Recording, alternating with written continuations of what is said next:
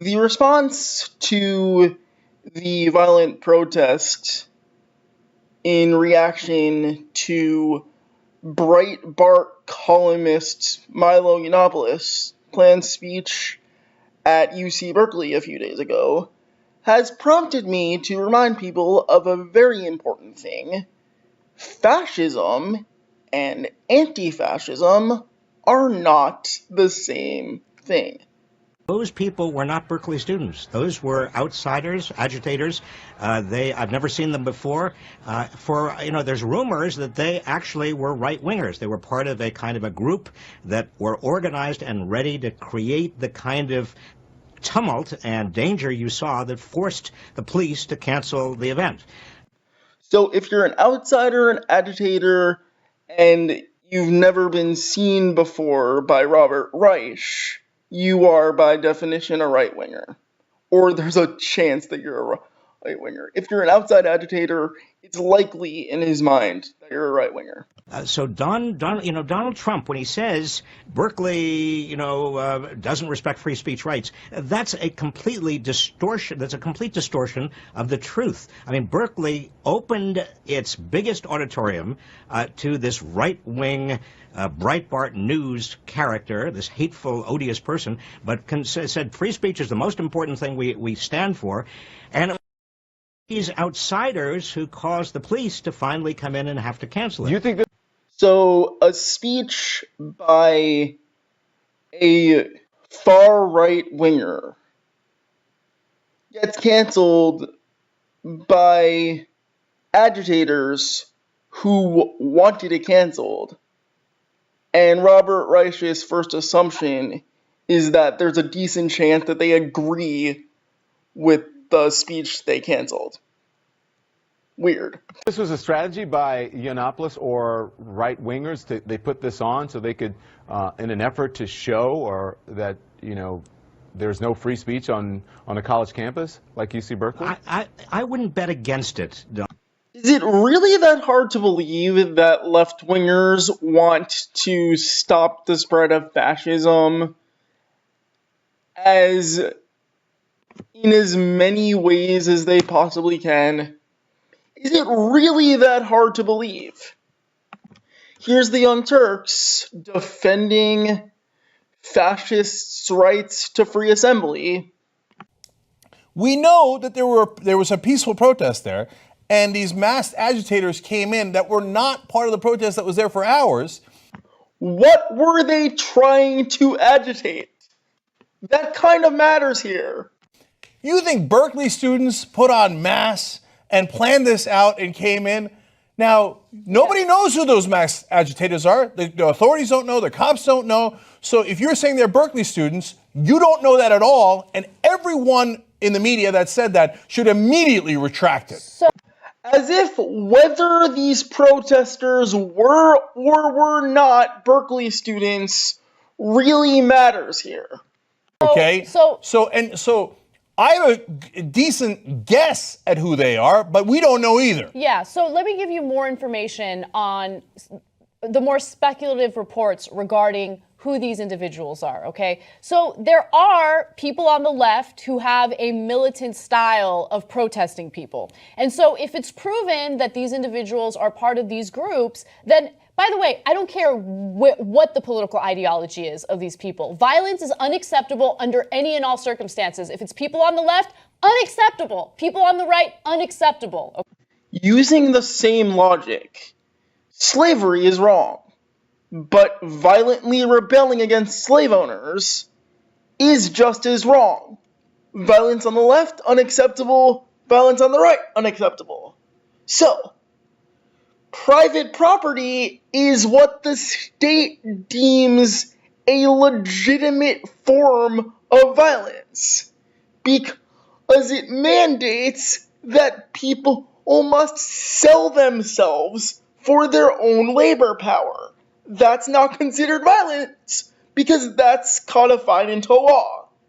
If you break the notion of private power and corporate power and racial supremacy that's codified into law, you are rebelling against a violent system, but liberals will just see it as violence on violence and not know where to draw the line. So they'll just call it off and be satisfied with the capitalist establishment the way it is. Okay, but there are some reports that these individuals are these militant leftists who like to use violence to get their point across. According to reports, the protests were peaceful until a group of several dozen blackface mask-clad activists showed up. Soon videos showed them shooting fireworks at the building and smashing windows. Apparently they're from a group called Antifa, which honestly I hadn't really heard about. And then as I read more and more about them, they do believe that under any and all means necessary, you have to show your opposition and your resistance to right-wing or white supremacist ideas. No, not under any and all circumstances. You actually hurt the cause when you use violence to get your point across. Anti-fascist. Against fascism as a political force. Against the normalization of fascism in the current social order. Fascism is currently acceptable in the social order. It is more acceptable than socialism, because fascism is an exacerbation of capitalism, and capitalism is codified into law as protected. Fascism exacerbates property rights over the rights of people, but it is capitalism to its logical conclusion. So, being against fascism and combating fascism however you can will always be against the law, because the law will always protect fascists over anti-fascists. So if it is proven that it's those individuals, well, you are part of the problem. They are not trying to get a point across. They are trying to stop a point from happening. They are trying to stop the exacerbation of fascist sympathies from happening. So, what do you think necessary means? By any means necessary. It is more important to combat and to stop the spread of fascism than to allow it to be in the discourse. That's the difference. That it's more important to destroy the social order than it is to exacerbate it, or to allow it to be exacerbated. So no, the causes are not the same. Okay, and I don't want you to get involved in these protests. I don't care about how you think violence is the only way that you can show your opposition. You are causing more harm than good, and I reject you and I denounce you. Please don't do that, okay? Like, don't do it. It's so stupid. Okay, if they are left-wingers, and by the way, a true progressive doesn't do violence by definition, and if you're ever at a protest like this and you see people doing violence, stand away from them and point them out to the authorities. So, Jenk, because the police are the law and the prevailing enforcers of the current social order, their violence is okay. Their violence is legitimate.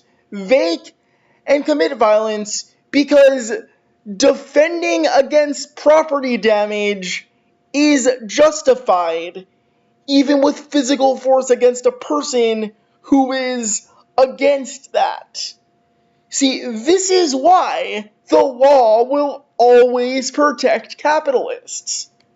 Because there is no way for socialists and anti-fascists to legally get what they want. Because the bias will always tilt towards an exacerbation of the establishment before it will the destruction of it.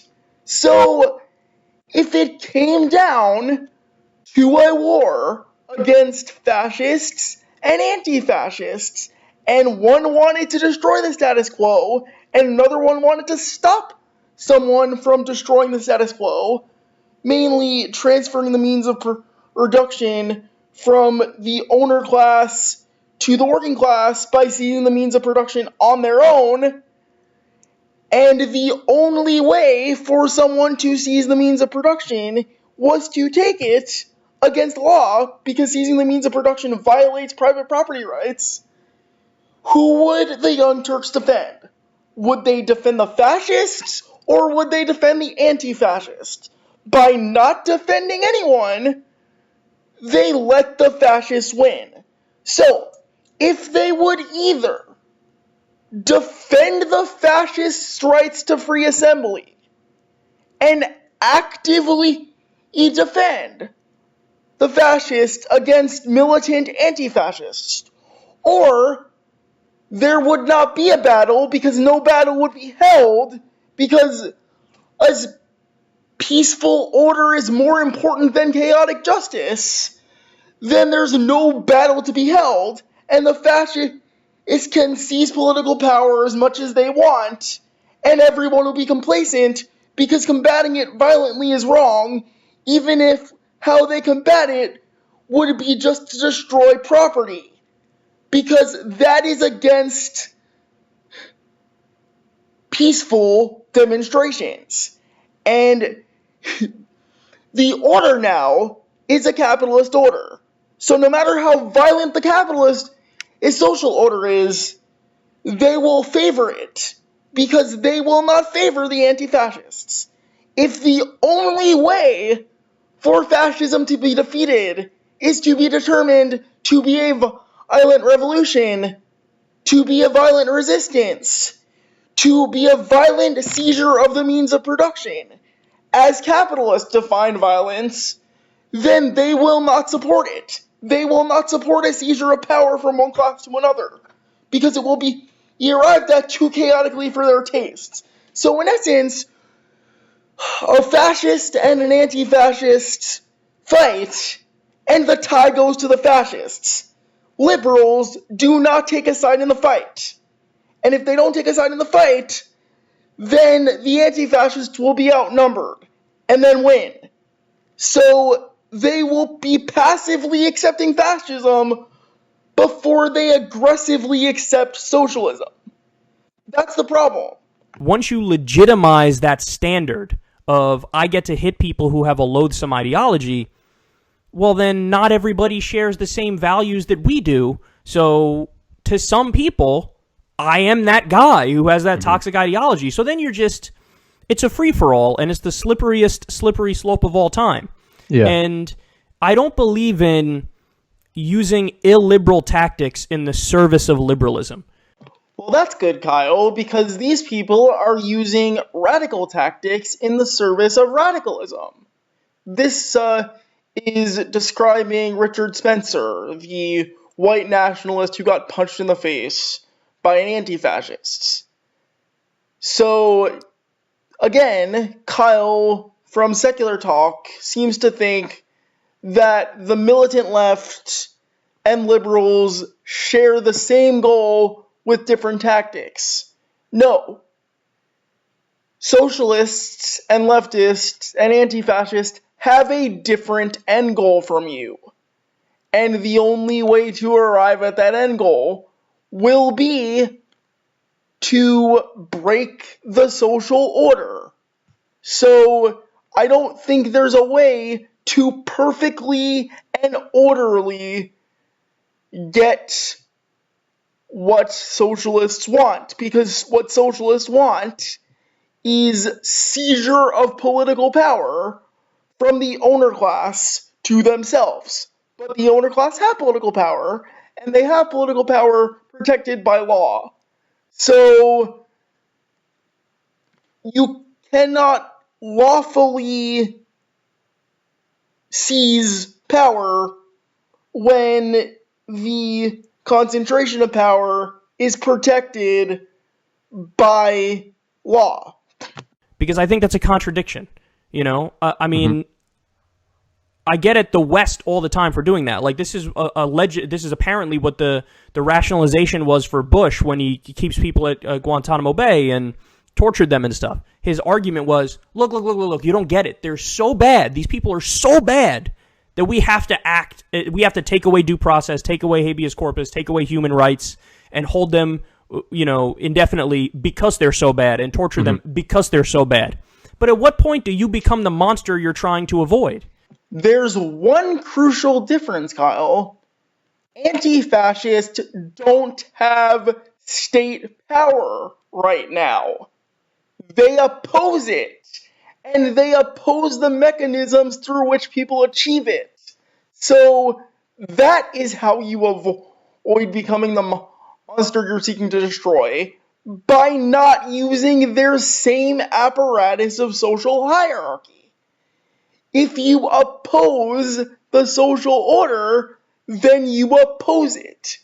If you use the social order to determine a monopoly on the legitimate use of violence, then I see your point. But anti-fascists are not acting as the President of the United States and the state apparatus of the United States of America. They don't have that power. They don't want that power. They want to oppose that power. Fascists want to legitimize that power and support that power and exacerbate that power. So capitalists will always protect fascists because the law demands it before they protect socialists. I can say I'm a socialist, but in a world where private property of the means of production exists, I don't have the political power to actually realize that goal right now. Fascists have the political power to rise and to control things to their will because they believe in private property, and private property exists. Steve Bannon is a white nationalist and has political power in the executive branch. As soon as a socialist gets power in an executive branch of government under the current apparatus, then they are undermining their cause. Here's Kyle defending Milo's right to freedom of assembly. You only should do violence in self-defense. Hunger is violence. Lack of healthcare is violence. Lack of water is violence. Homelessness is violence. Lack of mobility equipment when one needs it is violence. Wage labor is violence because it's exploitation. So, anti-fascists would argue that the entire system is predicated on a monopoly on the legitimate use of violence, and that property that one's owned but doesn't use is arbitrary in its form of ownership, so that necessitates violence to defend property, but not humans. So, what is self-defense in your mind? By the way, I'm totally in favor of violence for self-defense. But if you start doing violence when it's not in cases of self-defense, that's the slipperyest slippery slope ever. And you're basically agreeing with the right-wing logic of, oh, my violence is always justified by definition because I'm one of the good guys. No, but that's not true. There's no logic there. That always broke down to me in my mind. I'm like, I don't get how anybody could believe that. It's like George Bush and Dick Cheney. Hey, look, it's okay when we do violence because we mean well and we're the good guys. So like, they're the bad guys, we're the good guys. So if we torture people, if we don't give people due process or habeas corpus, if we do an offensive war against a country that didn't attack us, well, it's cool because we're the good guys. Well, by the same token, you could talk to people, hey, look, I'm anti-Milo Yiannopoulos, I'm anti-Richard Spencer, and I just punched one of their supporters in the face. Yeah, but then you just did an action, which is one of the actions that we hate them for maybe favoring. Like, we hate them because they might favor offensive violence. We go, oh, that's abhorrent. But then what, you're going to do offensive violence to show that their potential offensive violence is wrong? Radicals want to destroy the prevailing social order. Fascists want to make the prevailing social order worse. They want to exacerbate the prevailing social order. So, since the law protects them and their ability to exacerbate the prevailing social order, so long as they have the political capital and the private property rights to do so, then they will, and any defense of them to seize legitimate political power away from them, to seize white supremacy, to stop the spread of that, to stop the spread of white supremacy. Remember, free speech doesn't guarantee you a platform, but capitalism also guarantees that if you destroy property, you will be deemed violent by the state. So there's no real way to win here. One day, I think a group of militant workers are going to throw a rock into their place of work in order to break into it. They're going to trespass and occupy that place of work. And the next day, some liberal on a talk show is going, this is really hurting their cause. They're really hurting their goals here. Their tactics are wrong. They don't have to take over their entire workplace in order to get what they want. Even though seizing the means of production is what they want. To seize ownership of their workplace from the people who currently own it. Because they own it through capitalism and exploitation. And the only way to circumvent that is to seize that power from them. So there will be liberals who say that destroying their place of work and occupying it and fighting the cops who are going to be called on them for trying to seize that means of production is counterproductive because they're hurting their cause, because liberals are still going to think that people who seize the means of production share the same goals as liberals who do not want to seize the means of production. So they can literally perform an end goal, and people will still say you're hurting your cause. Their goal is to stop fascism by any means necessary. And there were reports that Milo was going to call out undocumented students by name in his speech, and that would have been a threat to deport them. Now, the person who gave the source of that information would not reveal where he got it from, but I wouldn't put Milo past it, because this is a guy who got in trouble for saying on Twitter, all I want for Christmas is white genocide. And what he meant by that was that he wants multiculturalism and diversity and the end of white supremacy. When white supremacists refer to white genocide, they refer to the end of white culture and whiteness as a social construct that protects them with political power and social power and inheritance of privilege that other people don't have. That's what they think of white genocide is. The destruction of white culture. That's all they need. They don't need it to be the destruction of white people. That's what he was mocking. The destruction of white supremacist culture is what some white supremacists will refer to as white genocide. But here's how Fox News teased it when they covered it. University now responding after a professor with a history of hating white people sparked outrage nationwide. George Ciccarello teaches and specializes in race and racism at Drexel University in Philadelphia. Over the weekend, he tweeted, "All I want for Christmas is white genocide." He's also called for the massacre of whites in the past. Drexel calling the post very disturbing and is taking the situation seriously.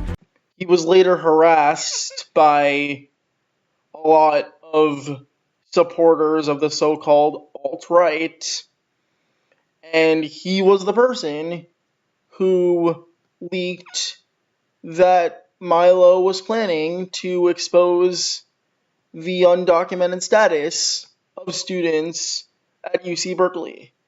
Now, if that is the case, then the students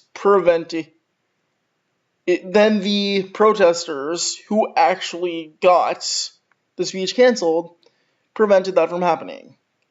And let's be clear here, Milo was not arrested. He was not in danger of not being able to think his stupid shit.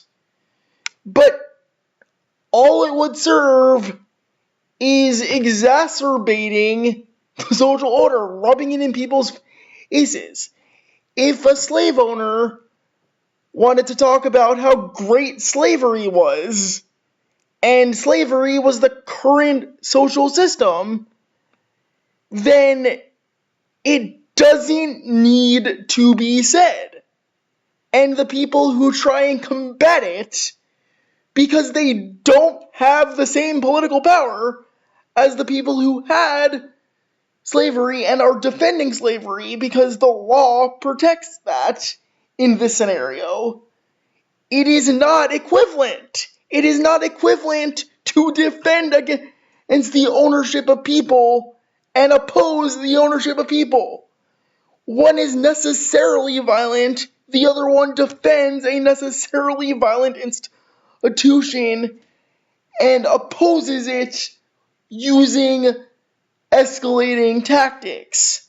So to oppose a necessarily violent institution through violent means is not the same as being for that institution. Once you accept that violence not in self-defense is acceptable, there's no end to that. Why stop at Milo Yiannopoulos or Richard Spencer? Why not just your run-of-the-mill racist guy in Mississippi or Alabama who might not ever do any violent action to anybody? He's just a guy with shitty beliefs that are stuck in a previous time. And then some people listening to me will go, yeah, punch him. Okay, but then just accept what you are. You're an authoritarian leftist. That is what it is. Like, oh, okay, I believe in violence for my causes, not for self-defense, but for directed against people I don't like. Okay, then you're an authoritarian. Authoritarians and libertarians are not defined by whether they use violence in their tactics.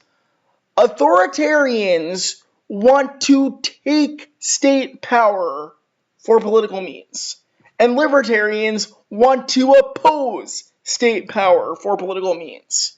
So if someone upholds an ideology which exacerbates the existing social order, capitalism, and they are in control, they do not feel the necessity to commit property damage because the property dynamics that they want and the power relations they want and the property rights that they want in place are already in place.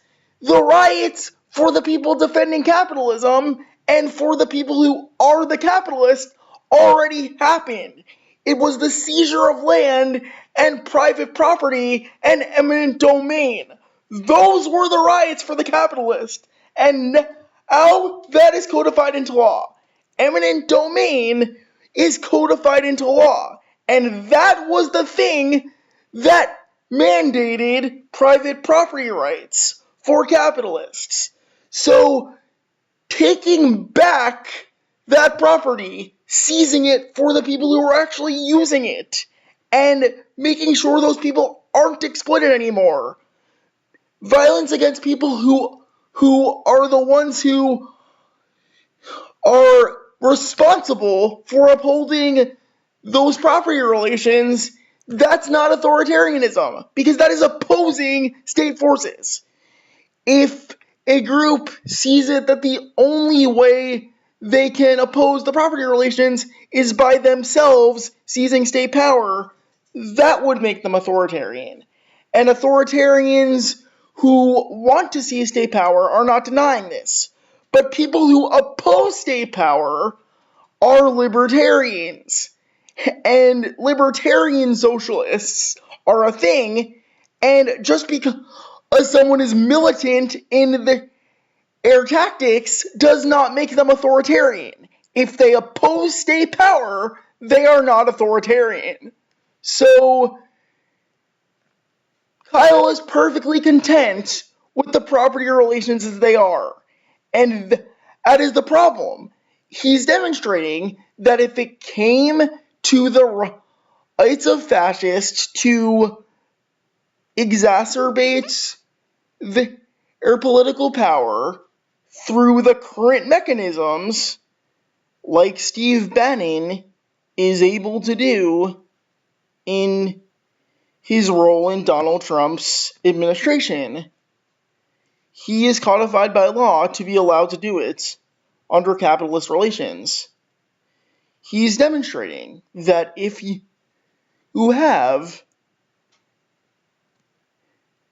current tactics which are in line with acceptable power relations, as defined by the dominant culture, he'll be okay with that. He would rather defend a fascist's right to assemble than he would capitalism be thrown into chaos in any way. If it is a fascist upholding the social order and a liberal who can placate the social order, but a radical wants to destroy the social order, even though not destroying the social order is going to make the social order even worse in generations to come. And to destroy the social order would liberate everybody. Kyle would rather defend fascists and fascist sympathizers than people who are anti-fascists and want to stop fascism. Tie goes to the fascist. Liberals aren't taking a side. It's a tie to them. They'll allow either. Fascists have the ball, and they're not letting go of it. Liberals are not playing. Milo Yiannopoulos has a history of inciting harassment among his supporters. Breitbart incited the harassment of the Drexel professor who joked about white supremacy. He incited harassment of Leslie Jones, who his supporters piled on in the harassment. He called out a transgender student by name and subjected her to harassment. And he can do that because culture necessitates now to prey on the weak and the vulnerable. He already has the power relations that he wants. He's a gay man, but he's okay with being subjugated, as long as he has to subjugate others. He's cynical in his approach, and anytime anyone brings up a social criticism that needs to change, he says, "Oh, fuck off." That is a reactionary who will defend social order in its present form at all costs. Milo Yiannopoulos is scared of change, scared of the idea that there are certain things that in public space are not going to be tolerated if they put people's safety at risk, and that includes emotional safety. Because people are prone to depression and anxiety and meltdowns and suicidal tendencies. And triggering is actually a real psychological phenomenon that actually happens to people. And if you insult someone for the sake of insulting them because they don't want you to, what are you really constructing? You have the power relations that you want. You have the power dynamics that you want. You are following in your masters quite well by being incendiary and dividing the social classes by any way you can. That is what they want. You are a gay man, and you want to marginalize and subjugate other gay men and lesbians and queers of all types. You mock the assertion that there are more than two genders, and you think Black Lives Matter is terroristic in its tactics, even though they want to stop terrorism by police. You will defend the social order any way you can. Well, you don't really have to do anything. The social order is how you want it. Nobody is coming to take your comfort away. I know you think you're against safe spaces, but you do not have to piss people off for its own sake in order to defend it. You can be as marginalized and as small and as shitty of a person as you want to be, and nobody is taking your rights away for it. The rights that are being taken away are the rights that you are limiting yourself, because until recently you didn't believe in gay marriage, and you still think homosexuality is wrong on a base level. So no one is coming after you. What you want already happened. White supremacy exists. Heterosexism exists. Patriarchy exists. Capitalism exists. Fascist sympathies exist. And they're acceptable by law. You have the power, and no one in law enforcement is taking it away from you. You do not need a platform to talk about how great it is to subjugate people when you're already subjugating them by the very existence of the dominant culture that you want to keep in place. You are not helping anybody. You are destroying much needed resistance. And this time, resistance got to you. Maybe next time universities will think twice before inviting you for the sake of pissing people off for fun. For Democratize the Media, I'm Jeremy Einbinder. Thanks for watching.